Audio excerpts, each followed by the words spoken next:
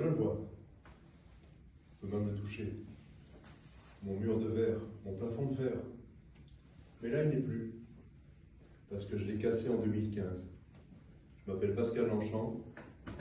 J'ai créé la société Néoditel à Sophia Antipolis il y a 24 ans. Je me suis lancé dans un métier qui n'existait pas. Le conseil en réduction des dépenses de télécommunications. Je ne vous dis pas la galère pour convaincre les prospects que je pouvais réduire leur facture de téléphone sans être opérateur. Mais ça a marché.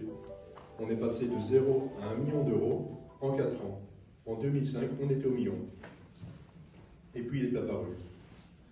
Et il est bien apparu. Je l'ai senti, je l'ai tâté, il était omniprésent, il était enfermant, j'étais prisonnier parce que 2006, 1 million d'euros, 2007, 1 million d'euros, 2008, 1 million d'euros. En 2011, pour nos 10 ans, c'était pas un anniversaire, c'était un enterrement. Alors j'ai mis un gros billet sur la table pour profiter des services d'un cabinet de conseil en stratégie. À la fin de la première journée, Chantal me dit « Pascal, tes clients ont besoin que tu gères leur parc de téléphone pour eux, pour leur compte. Et en plus, ça te fera du revenu récurrent. » Ok, Chantal, d'accord, je fais ça. Eh bien, début 2012, je lance le service, je signe mes premiers clients. Et rien du tout. 2012, 1 million d'euros, 2013, 1 million d'euros. Début 2015, je ne peux plus, je suis désespéré et je fais tapis. Et je perds tout.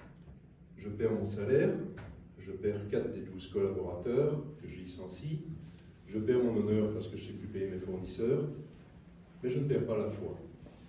Et la foi, parfois, ça réserve de bonnes surprises. Fin 2015, un client signe, un deuxième, un cinquième, un dixième. En 2016, on double notre chiffre d'affaires à 1 800 000 euros et on réinvestit massivement dans le marketing. En 2017, on devient distributeur de ces formidables cartes SIM internationales multi-opérateurs que nos clients attendaient et on passe les 2 millions d'euros. On rentre dans le Covid, on sort du Covid plus fort qu'on est rentré dans le Covid en 2021. En 2022, je structure l'entreprise, je crée un comité de direction, on recrute une DRH qui est là avec nous aujourd'hui et on déménage dans des locaux 5 fois plus grands. 700 mètres carrés au centre de Sophia Antipolis. 2023-2024, on crée une offre de revente de smartphones neufs ou reconditionnés, on devient des experts en sécurité de la téléphonie mobile, on se structure. Aujourd'hui, on a intégré le top 400 des entreprises de plus forte croissance de la France, du magazine Les Échos. On a été retenu dans le club excellence de BPI France. Je viens de recruter mon 40e salarié, on va passer 6 millions d'euros. Le bateau va bien, les matelots aussi. La conquête continue.